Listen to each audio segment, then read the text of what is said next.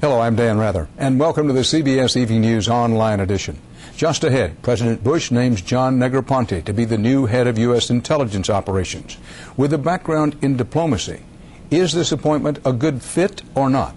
We'll give you a look. Also, what a haul! We'll show you how a foreign scam artist stole the identities of over 1,000 Americans. And if you're the parent of a baby who won't go to sleep, help is on the way in our Eye on America report about babies and sleep. It's all starting now on the CBS Evening News Online edition. The independent commission that investigated the catastrophic failure of U.S. intelligence on 9/11 said America needed someone to oversee all of this country's many intelligence operations. After early resistance from President Bush, Congress finally and reluctantly created the position, Director of National Intelligence. And today the President filled it with the man who has been, for a short time, Ambassador to Iraq, John Negroponte. Pending Senate confirmation, Negroponte will control the budgets of all U.S. intelligence agencies and give the President his daily briefing. CBS's John Roberts begins our coverage. It was hardly the obvious choice. A career diplomat, an intelligence consumer, not someone who ran an intelligence agency, but the right man to protect America from terrorism, President Bush declared today. Over the course of a long career, John Negroponte has served his nation in 8 countries spanning 3 continents. He's held important leadership posts at both the State Department and the White House. Negroponte called it his most difficult challenge in 40 years of public service. Strong words considering he now runs the U.S. Embassy in Baghdad. Negroponte will be the president's chief intelligence advisor and ride herd over 15 agencies that often compete for turf, a job Republicans said will require diplomatic skills. So if you're going to be sort of an oil can person and be a persuader among all these 15 agencies to work better together, you couldn't pick a finer choice than John. Negroponte was not the president's first choice. Former CIA Director Robert Gates and at least one other turned down the job. And Negroponte has his critics who point out he supported the flawed intelligence on Iraq's weapons programs. They question how, with no intelligence background, he can be the one to tell President Bush what it all means. There are so many different factors, from satellites to human beings to drones, all kinds of intelligence he has to manage, and I think it's going to be a steep learning curve to go from diplomacy to running the entire intelligence community. In reality, Negroponte may be more supervisor than spook. The nuts and bolts of intelligence will fall to his just-named deputy, Lieutenant General Michael Hayden, who now heads up the once super-secret NSA. Well, if you got Mike Hayden, who is a collector of intelligence, and then you've got John Negroponte on the other end on a user basis, I think you've got a great team.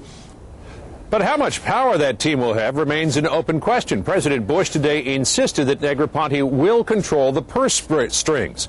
But critics of the intelligence reform bill say that his position got so watered down in negotiations, Negroponte may face an even greater challenge than he believes.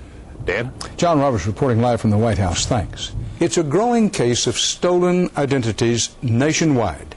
Criminals got into a database containing huge files of personal consumer information, names, addresses, job histories, and more. CBS's Jim Acosta reports you could be a victim and not even know it. ChoicePoint is one of the nation's largest companies storing the private information of nearly every American, from Social Security numbers to credit applications. Last year, ChoicePoint's super database was infiltrated, police say, by a Nigerian scam artist. He made off with the credit records of more than 100,000 people in several states, then ran up an undisclosed number of purchases. Using a bogus business name, bogus information, created documents, and was granted access to the database by ChoicePoint. ChoicePoint made a commitment to the responsible use of information. ChoicePoint prides itself on being the nation's leader in conducting employer background checks. Didn't you do enough of a background check on the people asking for this information? We certainly followed the procedures we had in place at the time. We now know what occurred, what they did that was able to maneuver around that, and we've changed that. ChoicePoint considers itself a private intelligence agency that develops what it calls actionable intelligence for law enforcement, even the FBI. Up until now, the company thought all of its data was safe. Well, obviously the safeguards aren't good enough. Privacy watchdog Daniel Solove says most Americans have no idea companies like ChoicePoint exist. What we have is information being traded and sold that's being used in ways that affect your life, and nevertheless, you're completely out of the loop. Yeah. Consumers in California are now being notified they might be victims in the case, thanks to a state law that requires these super databases to disclose their security breaches.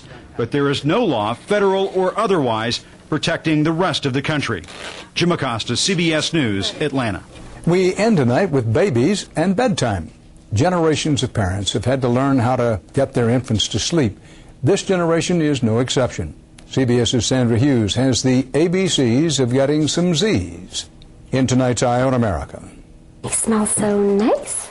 Sham and Dean Anselmo are pediatric specialists. She delivers babies, and he operates on them. But they still couldn't get their own 5-month-old to sleep. How long does it take you every night to get Jaden to sleep? On average, 3 hours. It was a wacky routine that included jazz lullabies, reading, good night room, and bouncing on an exercise ball. Just when they thought he was out, it started all over again. So who's in control here, Jaden or Mom and Dad? Yeah, he's kind of running the show. So they called in emergency help. Enter Los Angeles sleep specialists Jill Spivak and Jennifer Waldberger. I'm not as able to let him cry as my husband, so when I put him in the crib and he starts whimpering a little bit, I immediately pick him up and start again. Very, very typical. Sleep training may sound silly, but it's big, big business, fueled by exhausted parents lining up to spend $500 for the program. People have said to us, I would pay $1 million if I could just have a decent night's sleep. You're going to sleep so well. Call it baby's first therapist, a minute-by-minute schedule worked out just for Jaden. I don't think it's going to work, like just leaving him alone. It doesn't make sense. Which included a little bit of crying time. It's going to be a couple days that it's going to be painful, but he'll be fine. They can check on him, but they can't pick him up. I think for a lot of people, this sounds like these parents are lacking in common sense. They certainly do not lack common sense. They love their children very much. They want to do what's best for their children. And who could blame them? For years, conventional wisdom said babies should set the schedule. But now a growing number of sleep trainers are advising a routine set by parents is better. A child who isn't getting the right amount of sleep isn't getting good sleep nutrition. A well-rested child is a happy, thriving child. For Sham and Dean, it took 1 week of hard work. But it worked. So he seems very alert. He is a different baby to me. And now they'll have the rest of their lives. In Los Angeles, this is Sandra Hughes for Eye on America. More stories are just a click away. But be sure to join me on television for the on-air edition of the CBS Evening News. On Friday's broadcast, you'll meet a woman who's on a crusade to protect your privacy. Wait till you see what she uncovered at many courthouse websites. It's the Friday Consumer Alert Investigation. For CBSNews.com, I'm Dan Rather.